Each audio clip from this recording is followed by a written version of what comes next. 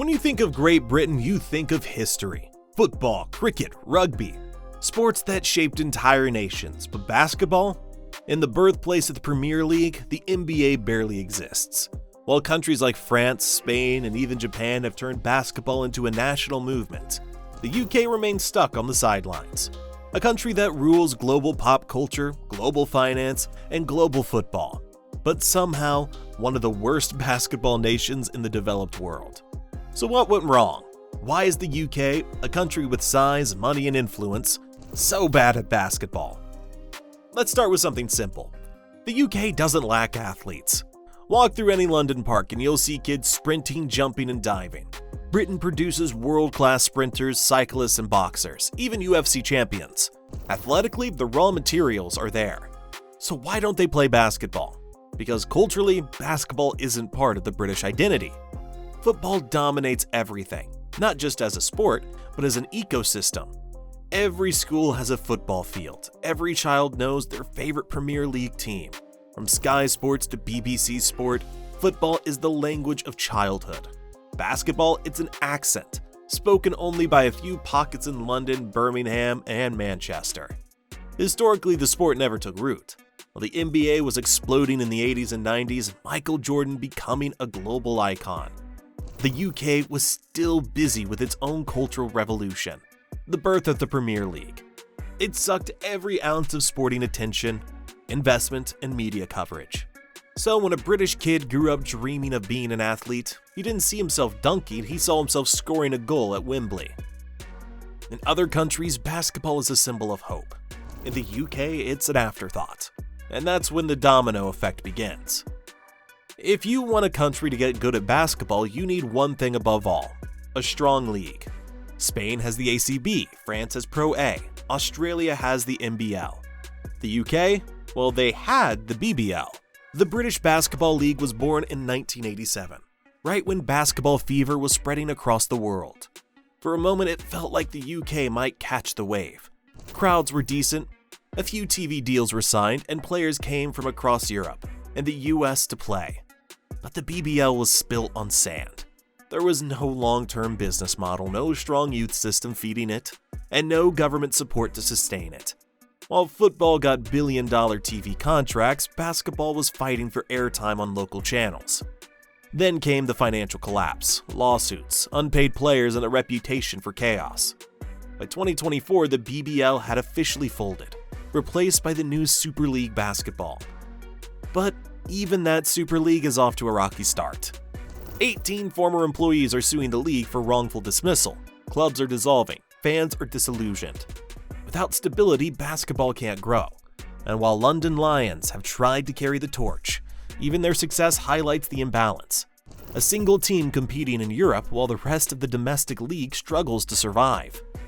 Compare that to France's ASVEL or Spain's Real Madrid basketball, clubs that not only dominate locally but represent national pride. The UK's version? Barely televised, poorly marketed, and often played in venues that look more like community gyms than professional arenas.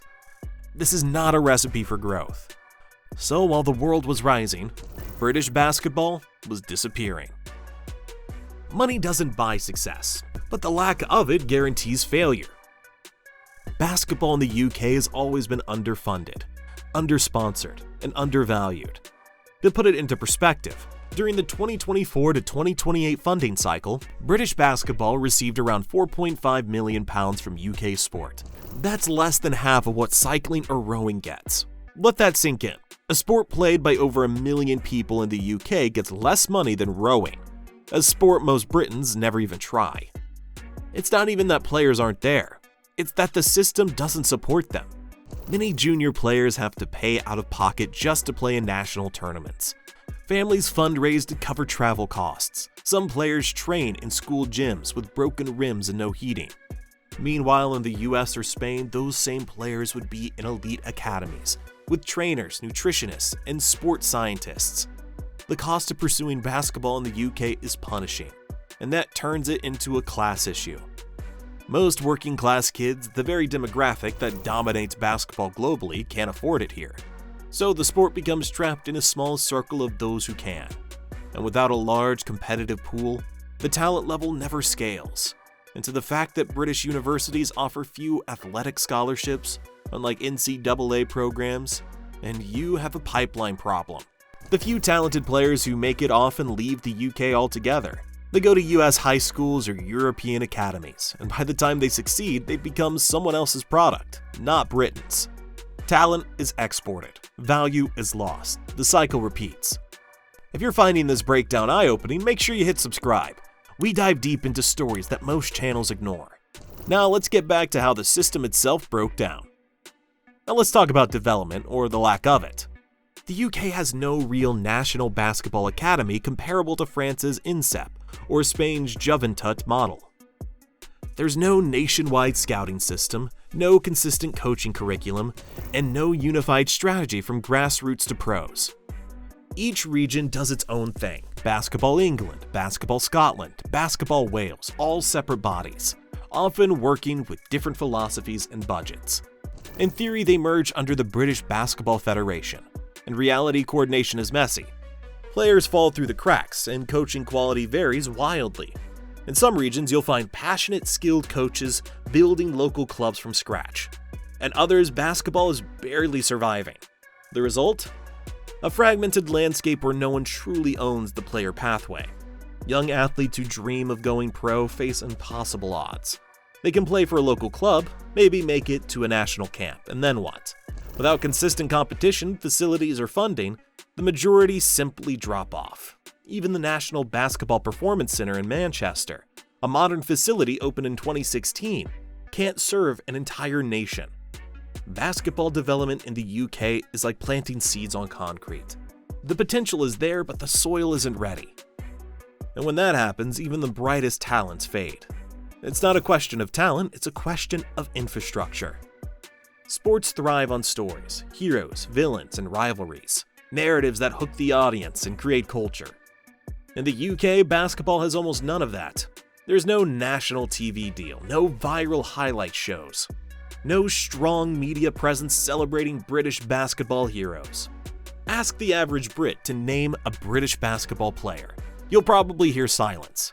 Maybe Lul Deng, a two-time NBA All-Star who moved from Sudan to London as a child. But even he had to leave for the US to succeed. That's the irony. Britain produces talent, it just doesn't keep it. Without a domestic stage, basketball becomes invisible. Fans can't connect, sponsors don't invest, and the sport loses its social gravity. It's also about pride. In France or Spain, playing for the national team is a badge of honor. In the UK, the national team struggles to even assemble the best players, because the structure isn't there to support them. FIBA rankings show it clearly. While France sits among the top 5 and Spain consistently competes for medals, Great Britain often floats around 40th place, sometimes lower than countries with a fraction of the UK's population. For a country that prides itself on excellence in everything, from music to motorsport to football, basketball is a strange blind spot. It's as if the entire nation decided, the sport isn't ours. But here's the twist. Despite everything, basketball in the UK is growing. Among 13-25-year-olds, it's now one of the fastest rising participation sports.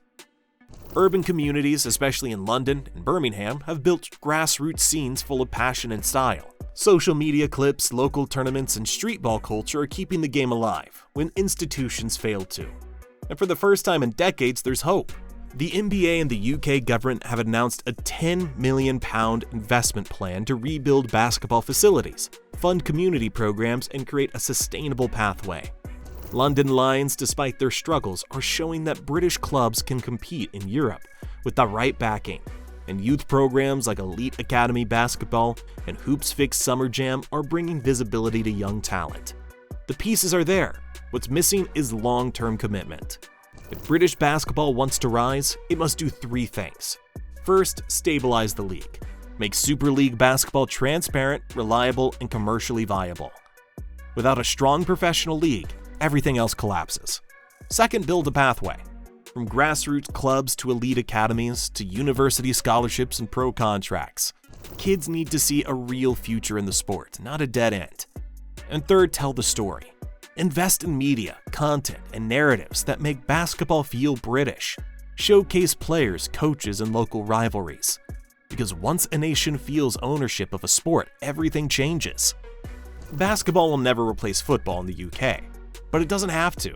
It just has to belong to schools, to streets, to communities that see basketball not as an import, but as their own voice. In the end, the UK isn't bad at basketball because its players aren't good. It's bad because the system never gave them a chance. No funding, no facilities, no vision. The world didn't pass Britain by. Britain walked away from the court. But history has a funny way of repeating itself. Football was once a working-class game dismissed by elites, and look at it now. Maybe basketball is the next revolution, waiting to happen. A sport that speaks to youth culture, diversity, and modern Britain. The only question is, will the UK finally listen?